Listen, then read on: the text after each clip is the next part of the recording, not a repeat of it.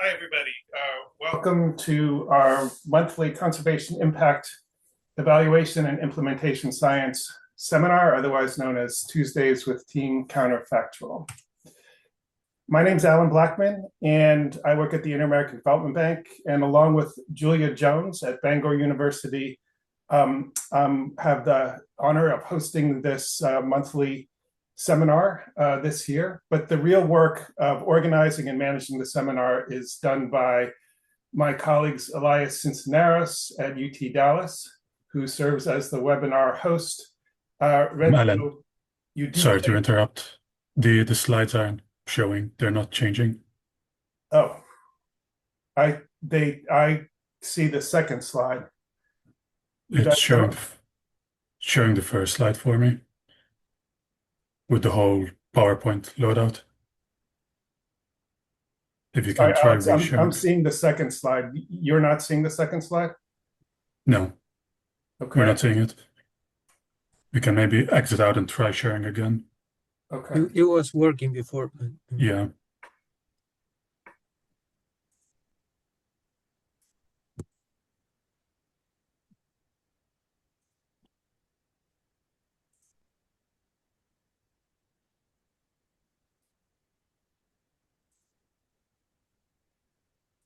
Is it in presenter mode?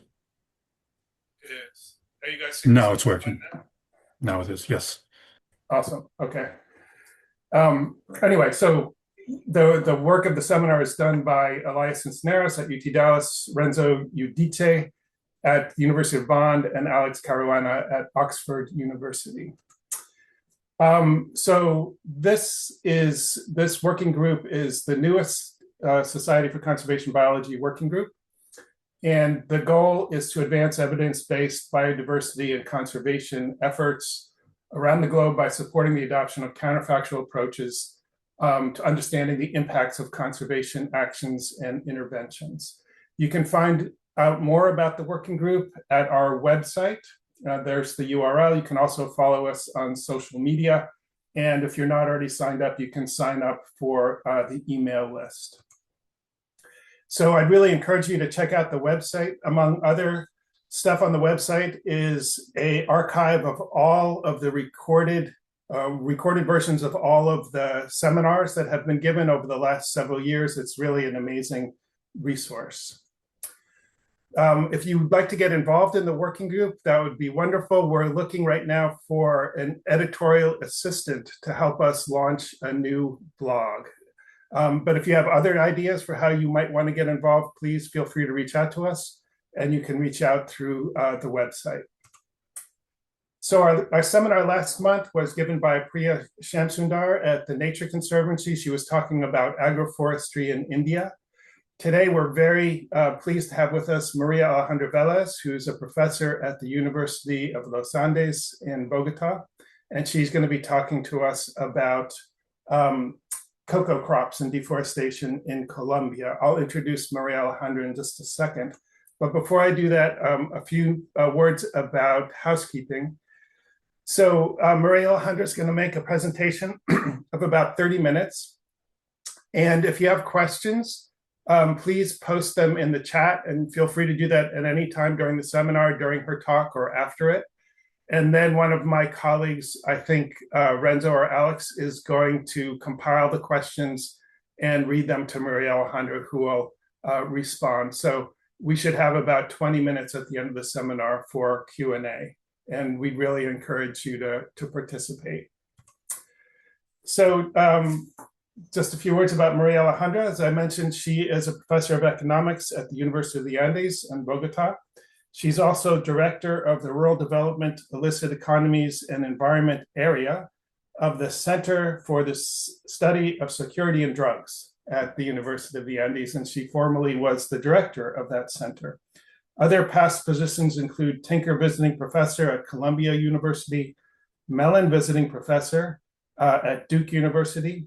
She's published widely in top field journals, including Journal of Environmental Economics and Management, the Journal of Economic Behavior and Organization, World Development, and so forth. She's associate editor at the Environment and Development Economics at Cambridge University Press Journal. And her research focuses on governance and institutional design for natural resource management in rural communities of the global South. So we're really pleased to have you join us, Maria Alejandra. Thanks for accepting the invitation.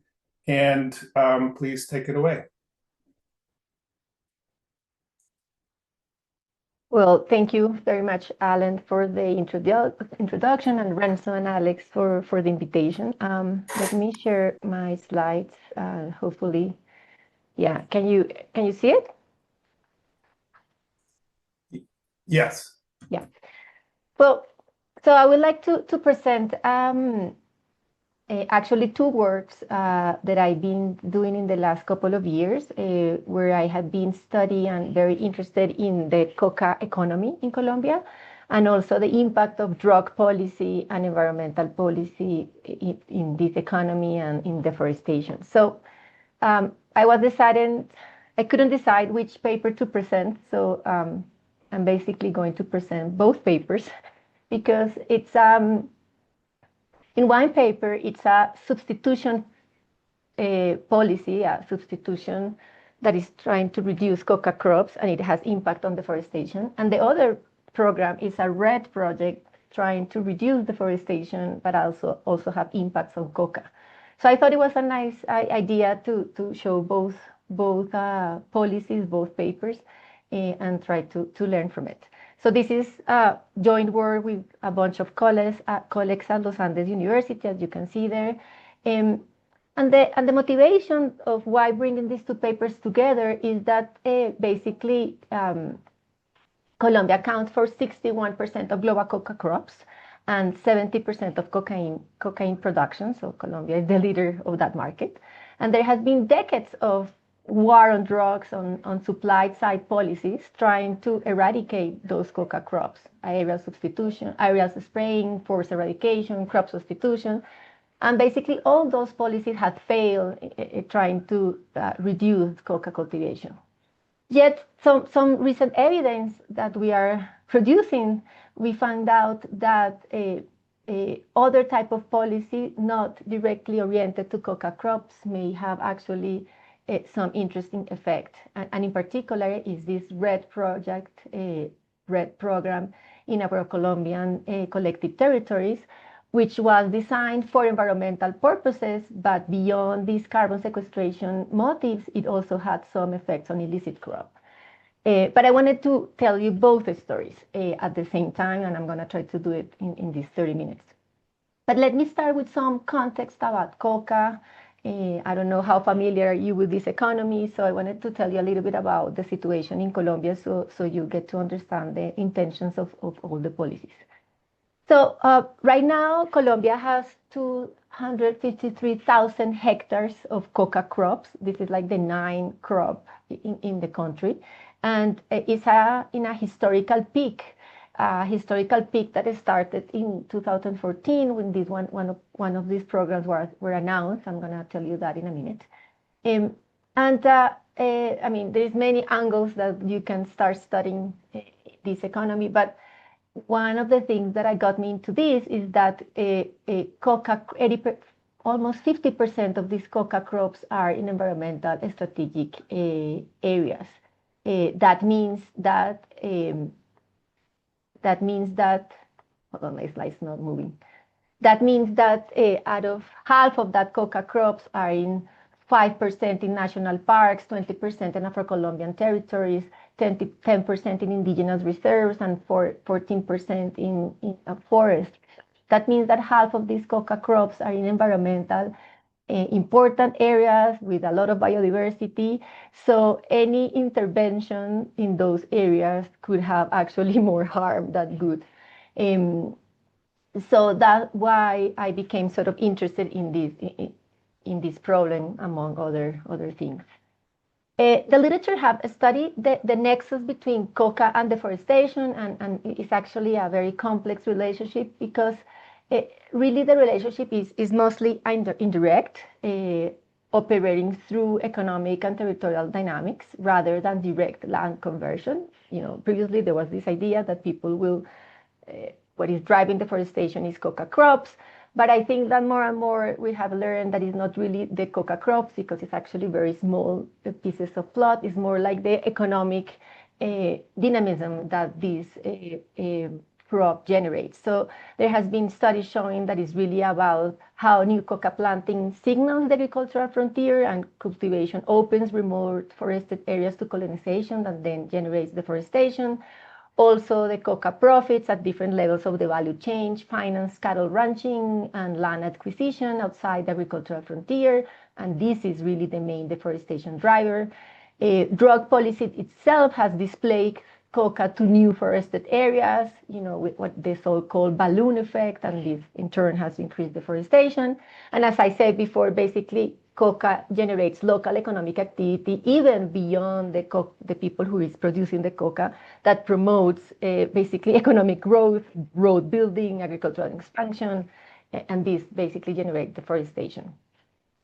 I'm not going to go into the details of these, but I just wanted to mention quickly what are the advantages of coca economy for the communities that plant coca crops. And I'm talking about only the first step in the value chain of the cocaine production, only the sort of the weakest value chain, which is a peasant economy. But the advantage of this economy is that it's inserted in a global economy, which doesn't happen with traditional crops. It has a guaranteed international market. There is price stability for both the coca leaf and the coca paste, which is the second, product that they produce in order to do cocaine. It has very low transportation and production cost. It uses mainly family labor. People use it as an access of exchange and access to credit. It's just basically a replacement of cash. It's a very productive and easy crop. It has 4 harvests per year. Yet 50% of the households that enter, for example, the substitution program that were cocalero families, were classified as experiencing some multidimensional poverty. So it's the best thing that they can do in the places that are located, but it's not that they're becoming rich out of the coca crop. However, even considering this relative poverty, coca growers they reinvest this income and experience some social mobility out of this crop. So coca crops, as I said before, transform local economies even beyond those directly working on that. So it's a very complex economy and very difficult to reduce. And we've been doing that basically without success for 60 years. So in that context, I want to sort of tell you a little bit about these 2 papers. The first is this paper about alternative development programs and its effects on coca crops and deforestation. And for a long time, Colombia has been using these crop substitution programs to try to reduce coca crops, understanding that mainly coca crops started for this family because of the poverty and vulnerability issues. But this crop substitution program is the largest ever at the global scale, where 99,000 of households were enrolled in this program. And this program was created as part of the 2016 peace agreement with the Colombian government and the FARC that was trying to address this illicit economy and territorial transformation. So people who access to this program will receive some benefits that I'm going to explain in a minute, conditional on complete voluntary eradication. So there was a conditionality that to enter the program, they have to eradicate themselves the coca crops. These 99,000 beneficiaries were coca growers, non-growers, and collectors. And as I say, it's the largest alternative development program. The benefits were a sequential set of benefits, including cash transfers, food security crops, productive projects, and technical assistance. At the beginning, this program and the peace process has this idea of territorial investment that was actually largely not implemented. So I'm not going to focus on the territorial investments, but only in the household investments. So this is the progress of the implementation of the program at the household level, with cash transfers in the first column, the food security and productive projects, and then technical assistance. The productive projects in this column is actually the merge of both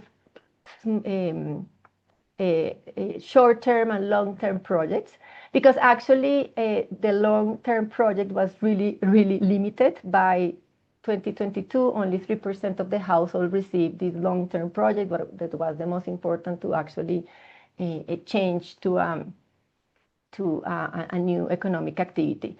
But the characteristics in the implementation of both the long-term and the short-term program was indistinguishable. So we consider a recipient of this component to be any beneficiary who has received at least one of the components for the sake of this paper. So for the identification strategy, people, as you can see, receive components in different moments of time. So we use difference in difference strategy following Callaway and Santana. And we assess the program differential effects on both the treated pixels where components were delivered and in their neighborhood areas. We employ data on coca cultivation and deforestation at the pixel level from 2010 to 2021. And we assume that a grid is considered treated if at least one household within the grid has received all the components of the program. Once the state sort of arrived to that grid level area, all the households were maybe treated. And we define full delivery as if they receive at least one cash transfer and 90% of food security and 90% of the project value. That I said before was mainly the short run value. And the control are the not yet treated beneficiaries that receive full benefit by December 22, but not by December 2021. So you can see on the left on this map that the pink areas were like the grids subject to the program. And when we have the black dots is where the treated treatments, green is the neighborhood, and basically we're gonna compare the pink with the dot against the pink without the dot. So very quickly, just to show you the results of the program, I'm not going to go into the methodological details, but basically what we found is that full delivery of the program components didn't reduce Coca in the beneficiary plots. That is that the program actually failed its primary objective, but it caused significant spillover expansion in neighboring areas. So it didn't reduce the Coca crops within the beneficiary plots, but also sort of increase the Coca crops in the neighborhood grids, as you can see here. The program generated substantial increases in Coca cultivation in the neighboring areas without now intertemporal growing ranging from 15 to 74% increase. At least it was concentrated within the agricultural frontier. And what we discussed in the paper is that really the initial eradication was only a procedural requirement. It was not a sustained commitment. There was delay payments, so people start replanting and productive projects arrived too late to alter this trajectory. People start replanting within their plots, but also outside their plots, although we cannot assess if they're the same beneficiaries who are also planting in the other plots or are also other neighborhoods, neighbors that are also given the expectations of the benefits also planting. Coca buying networks remain active through the implementation. So, Coca, the incentives to produce Coca wasn't still there. And as I said before, also non-beneficiaries observed payments planted Coca hoping for future inclusion. I forgot to say that we're basically using here in the estimation, and it's also well established in the literature, that in 2014, the announcement of the program also generated an increase of Coca. So when the program was announced back in 2014, there was a huge increase of Coca crops because people start cultivating the Coca crops with the expectation of these benefits. Then the program started, people started to eradicate, but with delayed payments, etc., then this whole planting story started all over again. Also, we found out that the program implementation significantly increased deforestation within beneficiary and neighborhood grids, 10% at the beneficiary grids and 8% in the neighborhood grids. And basically this program, even though 50% of the Coca was located in environmentally strategic area, this program promoted cattle ranching as substitute for livelihood.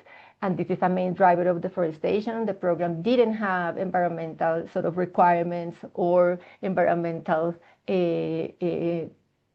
sensitive activities. There was a total lack of coordination with environmental authorities.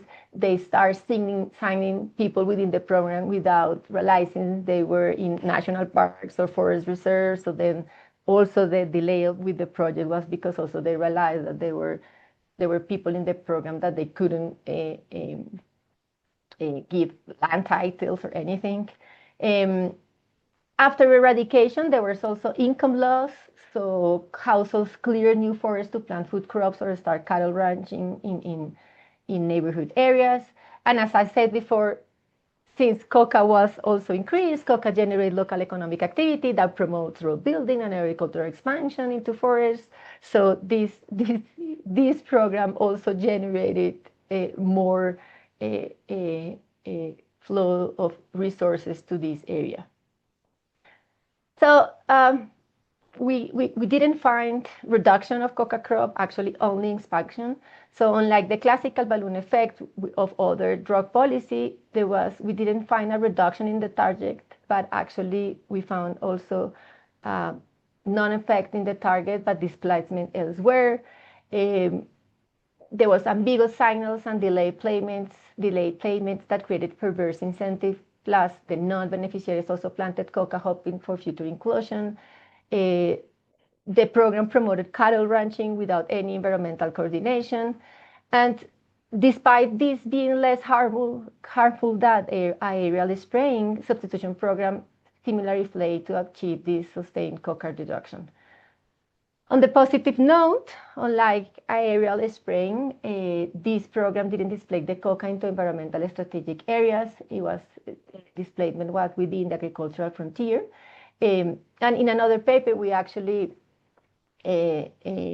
measure multidimensional poverty, and we found that this program, it has a marginal decrease in 6%. So basically, it's a sad story in which once more we fail to reduce the effects, to reduce the coca crops. So then that's why we were super interested in this other program. The previous program, I think I forgot to say that it was at the national level with 56 municipalities involved. This is a policy only in one region of Colombia, in the Pacific region. And it was a program, just like other RED programs, that was aiming to reduce deforestation. But what I'm going to show you here is that it also has effect on coca crops.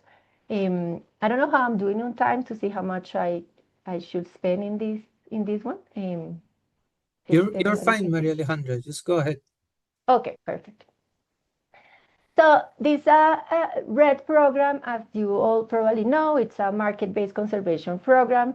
It aims to reduce emission from deforestation and forest degradation, and communities basically receive carbon credits for avoided deforestation. Colombia is actually the second globally in number of RED projects, so it's a big player here. And since 2009, this RED project in Colombia has been concentrated in collective territories of both indigenous and Afro-Colombian communities. There has been a couple of papers showing the negative effect of these projects in indigenous communities, but actually our evaluation showed that for Afro-Colombian communities, this story is totally different. So we evaluate 17 RED projects in 33 Afro-Colombian community councils. And one key characteristic here, and also different from the other projects, is that here they didn't receive benefits at the individual level. All the payments were at the collective level, and payments were invested in public goods, governance, and some salaries of the wood extractors, but it was mainly collective payments. And we studied this window from 2009 to 2020.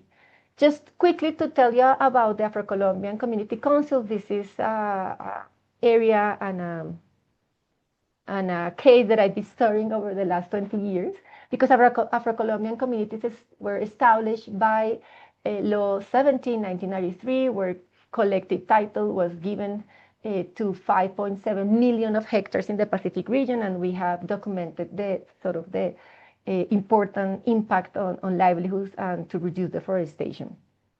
But since 2014, deforestation has been exceeding the deforestation in national parks, and coca crop grew in 200% in the Pacific region. So it was like, yeah, collective title was important, but it was not enough. And you needed to sort of have other policies within the collective titles to reduce deforestation. This RED initiative was driven by US seeking partner communities in 2001, so it was a sort of a regional program. And only 2 out of the 33 RED recipients in this paper had substitution program beneficiaries. So basically, it's no overlap with paper number 1. It was at the national level, but this substitution program didn't really benefit these communities.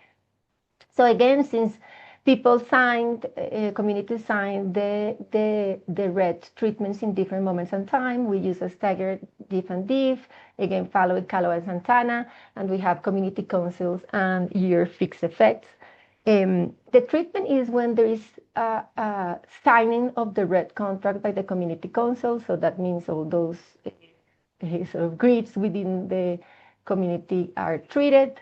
The control are the not yet treated community councils, but we also have never treated as robustness.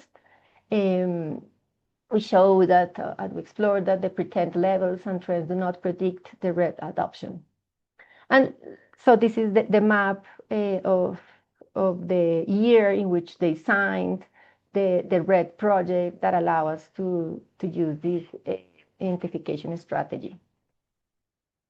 So, despite all the critiques with the RED project, we are not here calculating we are not here calculating carbon sequestration at the global level. It's really reducing the carbon sequestration or not. Here we're focusing on the local impact.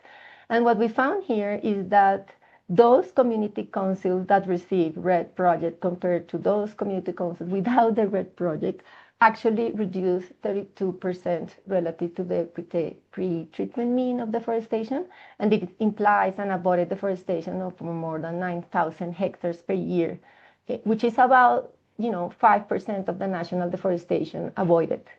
So I think it's an important thing.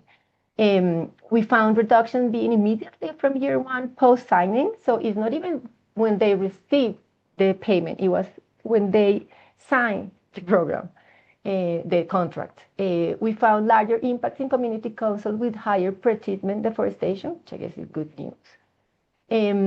But what is most important for my story compared to the other story is that it also have results on coca cultivation. These RED projects didn't even mention coca. This is the elephant on the room. Like nobody mentioned that this is also an area with coca. But of course, in this area there is coca crops, and we found a reduction of 90% relative to the pre-treatment mean. That means more than 7,000 hectares of contained coca expansion per year, which is 7% of the Colombians' total coca, which is not huge impact, but given that nothing has worked before, I think this is a really great news. And again, this finding is remarkable, I think, because RED Plus, of course, was not designed to reduce coca. It was not conditional on illicit crops. Coca in not treated areas grew substantially, and I think that RED acted as a containment of that mechanism. What we discuss in the paper is that the effect operates through governance and social norms, not direct economic compensation. And we sort of discuss 4 mechanisms that can explain these results. First, this RED Plus program in this area, because of the way that it was conducted and implemented, actually reinforces the collective governance through rules making, territorial zoning, and nested sub-organization. It started to strengthen the pre-existing governance structure that was built with the titling program. The focus was on the collective revenues and the collective payments that was invested in schools, health, transport, and also in the process of livelihood diversification. The institutional design, different from the other institutional design in the previous paper that was really messy here. In fact, it was really a good institutional design with a very high quality of the intermediaries who helped to build the process and to help communities to plan their investments. And I think this combination of satellite monitoring and third-party verification make external observation really tangible, and there was sort of dual accountability, comply for campaign revenues, and because monitoring makes rules socially credible, communities were part also of this monitoring, and I think that people were expecting these collective payments because of reduction of deforestation, and that also actually helped for the coca crops. So just to conclude here, comparing these two papers, although of course they are different, but I think that together tell a very interesting story for the countries who are dealing with this coca crop production. That supply side policies have structural limits, whether repressive, spraying, eradication, or development-oriented, consistently fail to produce sustainable reduction in coca cultivation. The coca market is fundamentally resilient to that. As I showed in the first paper, alternative development can backfire environmentally. Even non-repressive programs can increase deforestation when they promote cattle ranching without environmental safeguards. On the other hand, this environmental conservation program can indeed reduce coca. This is really a novel finding. Because this RED Plus project in the Pacific region is the first conservation policy documented to contain coca expansion as a co-benefit without explicitly targeting illicit crops. And here with my behavioral hat, I think that there is also some sort of behavioral issues that we haven't understood. The fact that coca, the target is not coca, is also important. The collective governance, of course, a critical ingredient. RED Plus succeeds in rooted in pre-existing collective institutions when in their absence and when the state cannot credibly commit, the intervention fail. Collective governance and collective monitoring was much more effective than a program in which tried to go substitution farm by farm. This whole idea of conditionality on forest conservation instead of coca eradication implies a gradual transition that has been the main critique of this alternative development program, that is not a gradual process and communities could just not survive because of the coca crop eradication, when in the RED program by design it ended up being gradual. The only substitution program that actually worked globally in the past, it was a program in Thailand to reduce poppy crops, and it was gradually implemented over a time frame of 20 years. And of course, the other sort of lesson here between the two programs is credibility on institutional design, and in this case, the RED project has a much strong and credible institutional design than the substitution program that was full of incoherent delays and implementation failures. So here the lessons, the policy implication is to reorient drug policy from eradication-focused supply side towards socioeconomic development in coca communities. Of course, we need to avoid perverse enrollment incentives, communicate clearly, deliver on time, credible state commitment is essential. This sounds like an obvious thing to do, but as I mentioned before in the substitution program, they did this very poorly since the beginning when they announced the program in 2014. We need to keep investing in collective governance institution in coca region. This infrastructure enables conservation and alternative productive economies. Without this local organization at the collective level, it's impossible to try to make a transition to licit economies. And I think that we can consider, and we should consider, payment for ecosystem services and RED instruments and conservation-based tools as a complementary to drug policy. We need to start speaking, the drug people and the drug policy people are not talking with the conservation people, and plant-based drugs plant-based are cultivated, as I said before, in very important environmental regions. So these two type of policy need to start talking to each other, because they can generate co-benefit that neither eradication nor substitutions achieves. And yeah, I think I made it on time, and this is what I have to say. Thank you.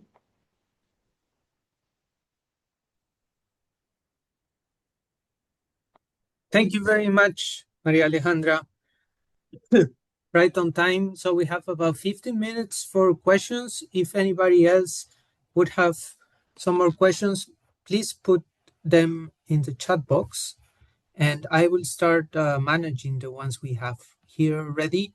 And there were a few questions from Ivan Gonzalez about the Coca paper first. And he wonders whether the strong 2014 anticipation effect already would affect, or worst case scenario, invalidate the difference in different estimates and assumptions for both, for the treated and for the spillover neighbors. Well, as I mentioned, there was a strong 2014 anticipation effect, but then we are evaluating the implementation of the program after those 2014 effects. So really our time frame is between 2017 and 2021, and in the other case, we are also evaluating in a time frame afterwards, and these anticipation effects affect both treated and not treated communities, and we are then evaluating the impact of the both programs within the treated and the non-treated communities. So basically, our time period is afterwards the 2014. But yeah, the 2014, and we have other papers that are studying the Coca boom that started from that anticipation effect.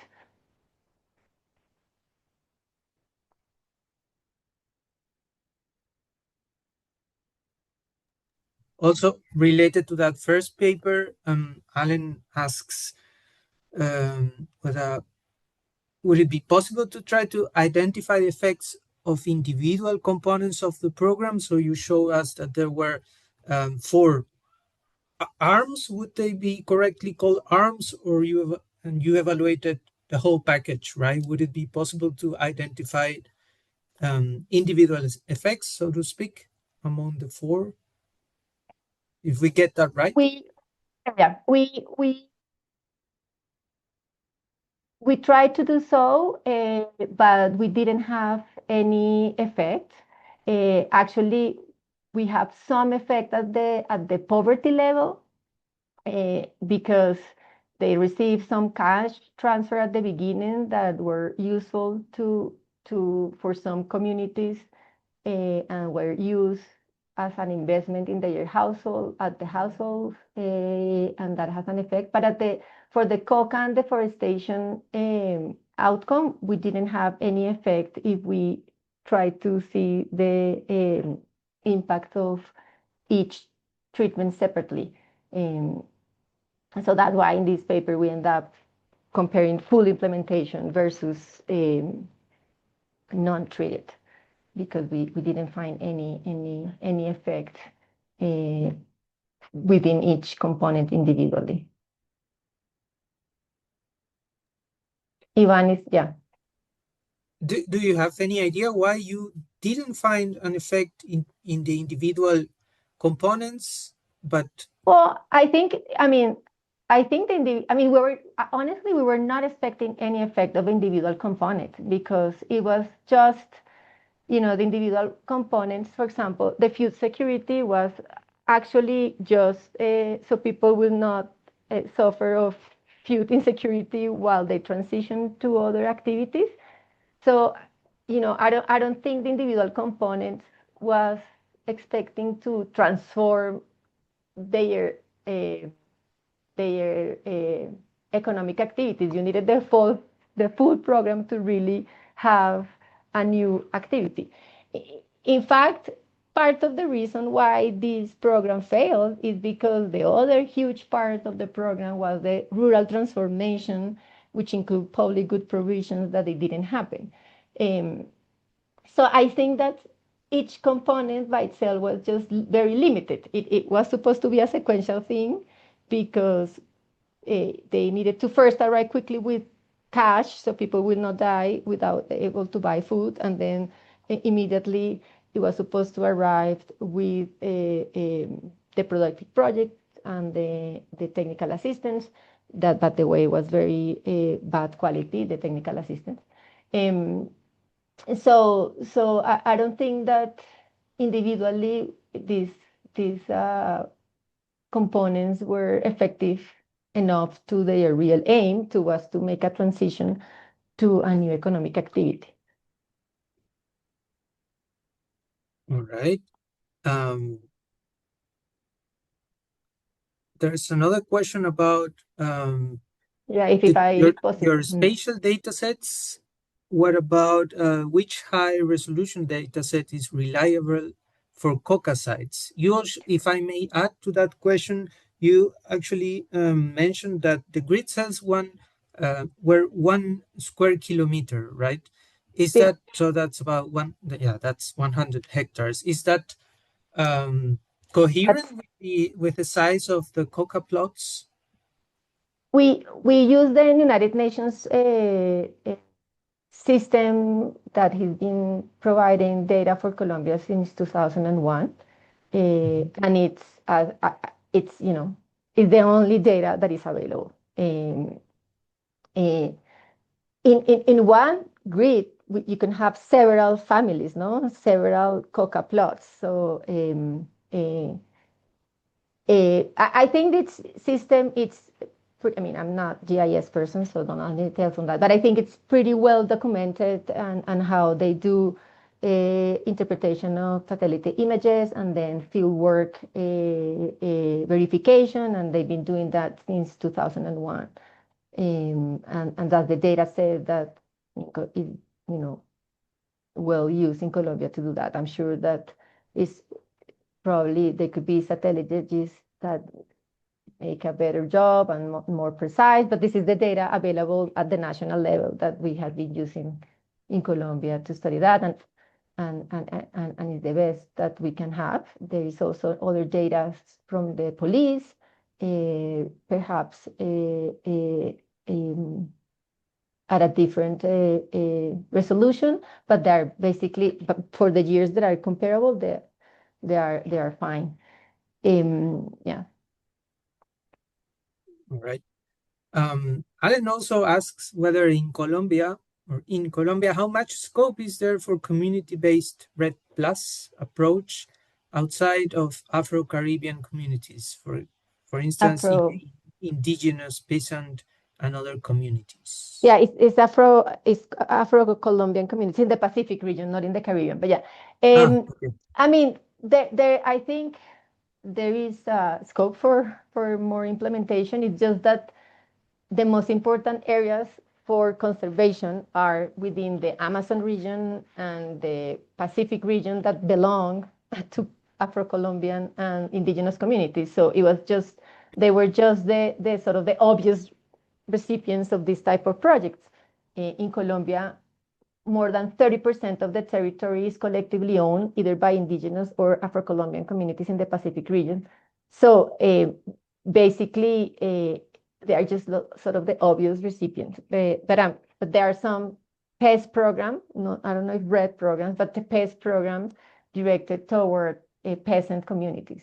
It's just that the most important target is the Pacific area and the Amazon region, and that's inhabited mainly by ethnic communities and organized in collective territories. So it's just the as I say, like sort of the obvious beneficiaries. Yeah. Thank you. There's another question from Daniel Lerna. Would it be possible to combine data from both papers, for example, investigating how households from communities that were part of Red Plus reacted to the Coca substitution program? It would be interesting to analyze the role of community in avoiding the individual benefits of keep Coca growing. Yeah, well, really, out of the communities that we analyzed in the RED project, the Afro-Colombian communities, they were 33 community councils, and only in 2 community councils there were beneficiaries from the substitution program.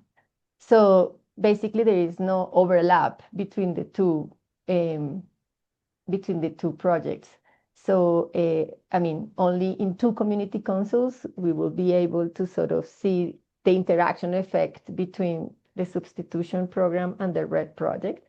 But as far as I recall, it was really few beneficiaries in the 2 community councils. The other problem that happened in these community councils is that one of the problems with the substitution program in that area is that some of the coca growers that signed to be part of the substitution program, who were located in Afro-Colombian communities, were actually not Afro-Colombians. So there were some other land conflict issues of people growing coca within a territory that it was not part of their own, etc. So yeah, I don't think I think we can combine both papers just because the overlap is minimal. But for example, I mean that question that you are addressing there, it would be very interesting to do it with field work to understand the incentives of the coca growers within the RED projects. We haven't done that. We did a lot of field work for the substitution program project because it was part of the national evaluation of that project. So we were able to get in on those communities and do a lot of sort of qualitative interviews to understand the effects of the program. But we haven't done so for the RED project, which I would love to do. And I think that question, even at the very local level, we can pursue it. That's great. That's very interesting. Maybe to follow up on that, you actually mentioned that you thought that it was actually important that the focus on the RED project or the RED projects was not the coca eradication, right? Why do you think that's the case? You know, the cocaleros in Colombia are pretty well organized. Well, even though it's an illegal activity, they are organized and they were part of the discussion of the peace process. And one of the most sort of, tense issues within the relationship of the cocaleros and the state was this idea of gradual substitution. So they were always sort of pushing this idea that the transition to illicit economies should be gradual and not and the program shouldn't condition on eradication to enter the program. Because from their perspective, of course, it just takes a lot of time to start new crops or a new economy. And so those years without the crops really have an impact on an income shock. So for most of the, together with cattle, and that's why they say like, okay, give me cattle, because it's, right away you can start sort of producing. The other substitution crop is cacao, cocoa, how is it in English? Yeah, cacao. Cocoa? Mm-hmm. Which takes 2 years to give the first harvest. So people are like, what are we going to do within 2 years? No? Whereas coca the first harvest started at 6 months. So it's just, for them, this idea of conditional on coca eradication, it just a struggle to start. And I think that given that in the other case, the conditionality was on forest, somehow this, this transition is more gradual. And eventually, we're stop seeing an increase of coca crops, and it will take longer that the actual coca crops start reduce. But the focus is, let's start to build an economy and the social infrastructures that we can transit to a legal economy. And I think that graduality, it just makes sense for the whole process.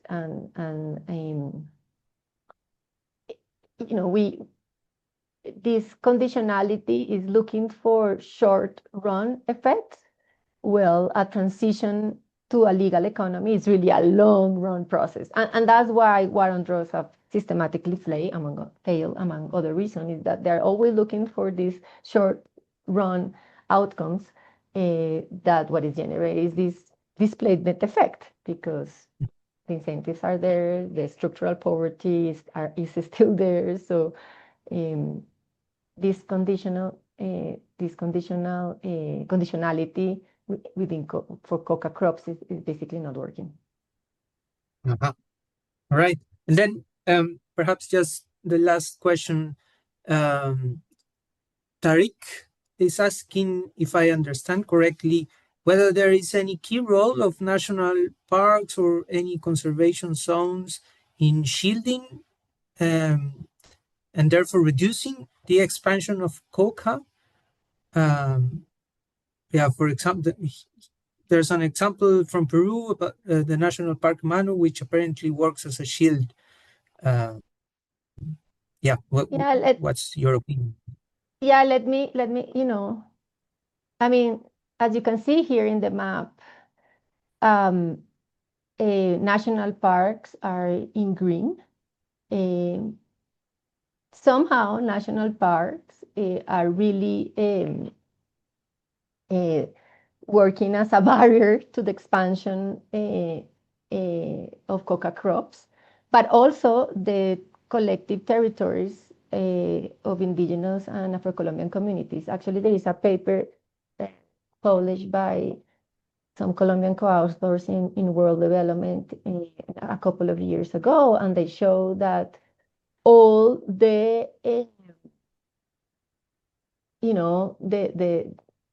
the protected areas are not a paper protected area. They are really working on preventing deforestation. But they also show that for reducing coca crops, actually collective territories are even better. Because here, it's what are you compare against what, right? So they show that the effect on coca crops expansion was actually more effective in collective territories, because national parks works better when there is more sort of institutional and state presence, whereas ethnic territories work better in faraway places when there is few institutional state presence, few military, etc. In those cases, they were more effective than national parks. Even though, of course, there are more coca crops in Afro-Colombian and indigenous, but their location is also more away from main roads and main towns, etc. So the institutional presence and the location of those territories are just different. This balloon effect idea, it's also important. I'm sort of studying it here within Colombia, but I think we have to study that from a regional perspective. So it's important to mention that back in the 90s, the most important coca crop producer in the world was Peru. And Peru was somehow successful at reducing coca crops, and then coca crops shifted to Colombia. So, this is, I'm sure if Colombia ends up being successful reducing coca crop, is going back to Peru or even to Central America. So with a market of 25, 30 millions of consumers aiming to, willing to pay for this product, the incentives of producing is pretty high. So this balloon effect and spillovers effect, really we have to think about it from a regional perspective. I mean, here I'm trying to understand Colombia, but from a historical perspective, I know that in the 90s it was most important Peru and then shifted to Colombia. So this is definitely a problem that we have to tackle at the regional level. Well, yeah, it's definitely a very interesting topic, Maria Alejandra. Thanks again. I will leave it there for the Q&A session and hand it over to Alan to finish our session. Yeah, just let me also add my thanks, María Alejandra. Really interesting paper and really important topic, obviously, and the two papers together can help us try and understand potentially effective approaches. So thanks, María Alejandra. I just wanted to mention that this is our last seminar. We're going to be taking, for this semester, we're going to be taking a break from June through August, and we'll be back with another seminar in September, and we'll announce the speaker when we figure out who it is. So please come back and join us in the fall, and have a great summer, and thanks again, María Alejandra. Ciao. Ciao, thank you everybody.